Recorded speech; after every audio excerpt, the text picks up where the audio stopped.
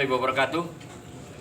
Bagi yang beragama non-Islam, saya ucapkan salam sejahtera dan salam bahagia. Para pemirsa, di mana saja berada di 34 provinsi, di 514 kabupaten dan kota di Indonesia, kali ini sangat berbahagia kita bisa bertemu dengan saudara saya, Bapak Ganevo, sebagai Ketua Kadin Indonesia. Selamat malam, Pak Ganevo. Selamat malam, Pak. Juga Pak Basalim Tualika sebagai Ketua Kadin Indonesia Provinsi Jawa Timur. Langsung saja kita berbincang-bincang dengan beliaunya. Kali ini yang kita angkat adalah harapan Kadin Indonesia pasca Lebaran terhadap pergerakan perekonomian. Dipersilakan Pak Ganevo untuk memberikan penjelasan-penjelasan tentang harapan Kadin Indonesia. Terima kasih.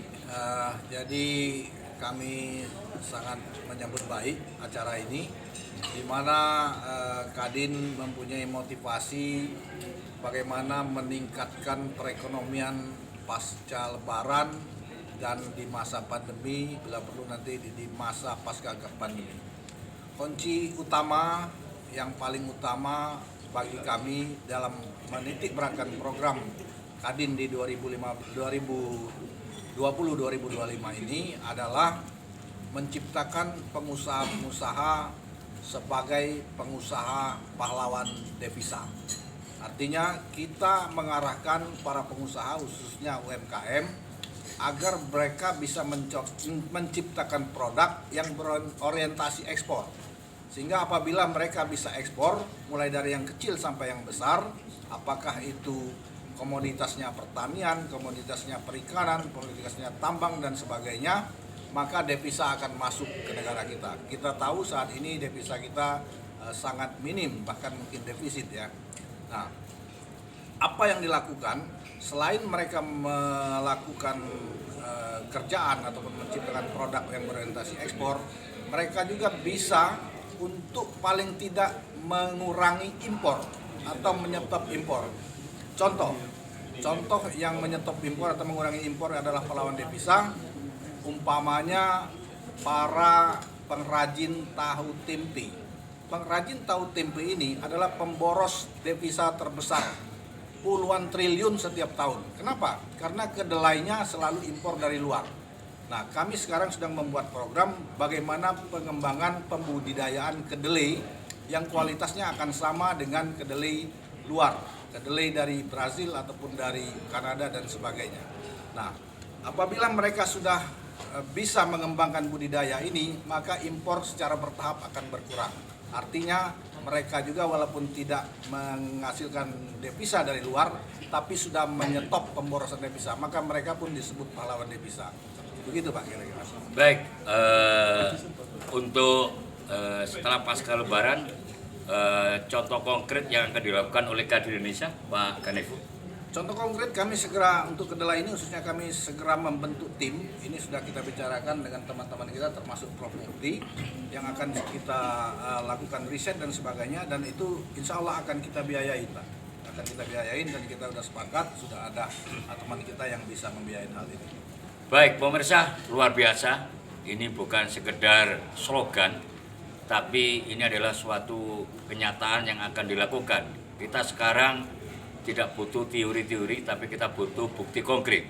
Di samping kanan saya, tidak asing lagi Pak Basalim Tualika akan memberikan penjelasan bagaimana political will-nya Kadin Indonesia Provinsi Jawa Timur. Dipersilakan Pak. Assalamualaikum warahmatullahi wabarakatuh. Kita tahu bahwa Kadin itu adalah mitra strategis pemerintah. Maka pemerintah tidak boleh berjalan sendiri tanpa dengan para pengusaha yang terkumpul dalam sebuah organisasi yang namanya Kadin, Kamar Dagang dan Industri Indonesia. Karena pemerintah tidak mungkin akan jalan sendiri untuk menangani persoalan ekonomi tanpa mengajak semua masyarakat yang bermain di bidang ekonomi. Oleh karena itu, apapun kebijakan-kebijakan yang dilakukan oleh pemerintah tetap harus mengajak omongan dengan Kadin sebagai mitra strategis. Kemudian yang kedua, untuk urusan ekspor impor, karena tidak mungkin pemerintah yang ngirim dan tidak mungkin juga pemerintah yang mendatangkan, maka pasti kembali lagi pada pengusaha-pengusaha yang bermain di bidang ekspor impor. Oleh karena itu, tugas pemerintah dalam hal politik ekonominya yang harus ditegakkan, harus diciptakan sebuah suasana yang lebih enak dan lebih bagus. Karena negara hadir itu adalah menjaga keamanan anak bangsa. Kalau negara tidak aman, maka tidak mungkin orang mau bisnis, mau sekolah, mau apa, tidak bisa.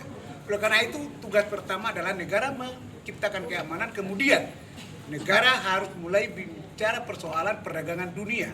Karena ekspor kita cukup mana 20%, import 80%. Ini seimbang. Oleh karena itu, pemerintah mulai harus merubah cara bagaimana untuk membuat agar keseimbangan antara ekspor dan import. Apa yang dilakukan oleh pemerintah adalah tugas pemerintah dalam rangka memberikan tugas kedutaan. Duta-duta besar kepada luar negeri, di luar negeri itu harus diajak orang-orang yang benar-benar tahu tentang ekspor impor. Karena di sanalah ada perdagangan antar bangsa, antar negara-negara, dan di sana juga tidak akan perlu ada jual beli, tukar barang. Namanya perdagangan bilateral. Bukan hanya sekedar untuk mengurusi birokrat, untuk mengurusi ada kunjungan presiden, ada kunjungan menteri, bukan itu tugasnya. Untuk mau mengangkat ekonomi dalam negeri, maka ada satu lagi. Dalam zaman situasi COVID seperti ini, urusan makan itu penting. Maka gerakan untuk kembali ke desa dalam rangka untuk menanam, untuk mencipta nelayan dan sebagainya. Lalu hadirnya pemerintah untuk bisa menciptakan harga yang normal bagi masyarakat. Agar apa? Agar menjadi magnet bagi masyarakat untuk mau menanam, untuk mau berternak dan sebagainya. Oleh karena itu, kehadiran pemerintah untuk menstandarkan harga hasil panen agar masyarakat bisa kita angkat. Kemudian pemerintah juga memberikan subsidi yang luar biasa kepada masyarakat. Apakah itu berupa pupuk atau apa saja yang kaitannya untuk merangsang masyarakat untuk bisa membangun ekonomi ini. Tapi kembali lagi bahwa goodwill politik pemerintah dalam rangka membangun ekonomi ini kita harapkan. Makanya pemerintah nggak boleh jalan sendiri, harus bersama dengan Kadin sebagai mitra strategis. Mungkin itu yang bisa saya sampaikan. Mudah-mudahan bermanfaat, karena membangun ekonomi harus membangun masyarakatnya. Kalau masyarakat tidak dibangun, jangan harap. Kalau hanya membangun para konglomerat. Terima kasih. Baik, pemirsa, pesan untuk saudara kita Kadin di seluruh Indonesia. Silakan Pak Kanevu, sehubungan dengan kegiatan kita ke depan.